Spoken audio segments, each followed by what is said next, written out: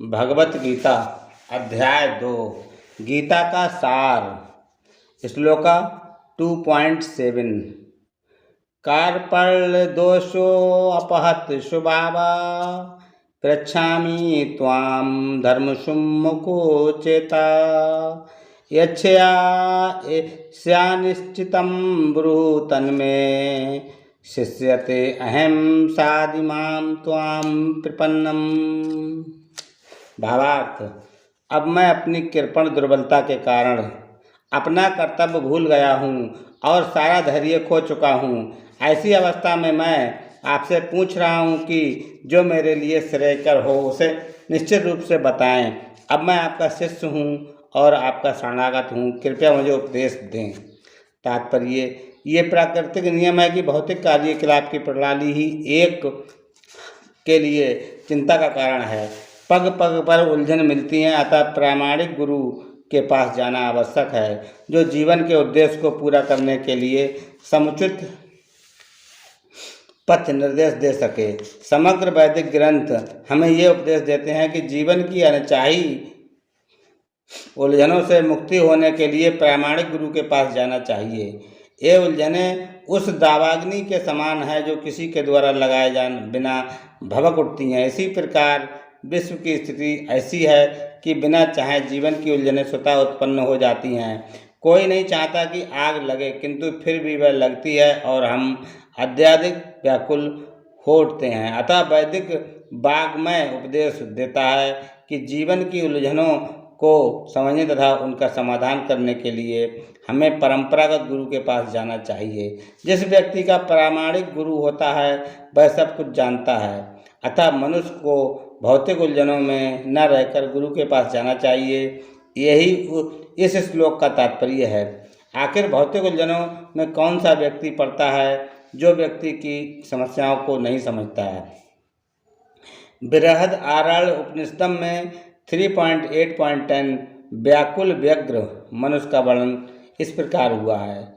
यो बा एदक्षरम गार्ये विदिन्त्वा स्मालोकन्तय प्रिय स कृपण वह है जो मानव जीवन की समस्याओं को हल नहीं करता और आत्म साक्षात्कार के विज्ञान को समझे बिना कुकर सूकर की भांति इस संसार को त्याग कर चला जाता है।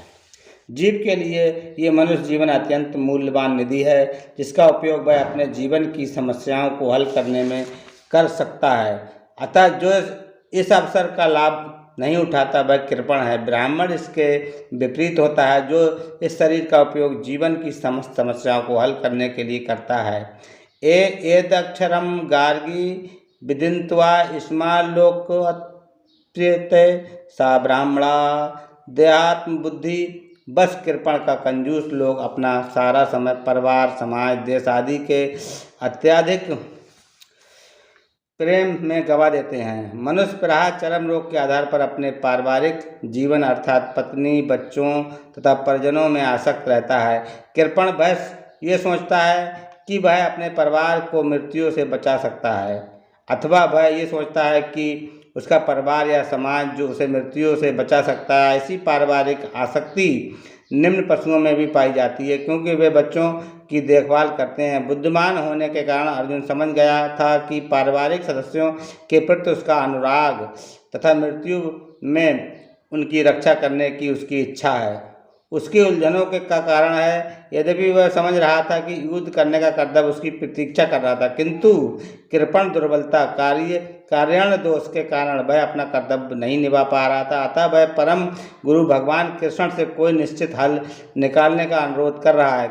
वह कृष्ण से शिष्यत्व ग्रहण करता है। वह मित्रतापूर्ण बातें बंद करना चाहता है। गुरु तथा शिष्य की बातें गंभीर होती हैं और अब अर्जुन अपने मान गुरु के समक्ष गंभीरता पूर्वक बातें करना चाहता है। इसलिए कृष्ण भगवत गीता ज्ञान के आदि गुरु हैं और अर्जुन गीता समझने वाला प्रथम शिष्य है। अर्जुन भगवत गीता को किस तरह समझता है ये गीता में वर्णित है।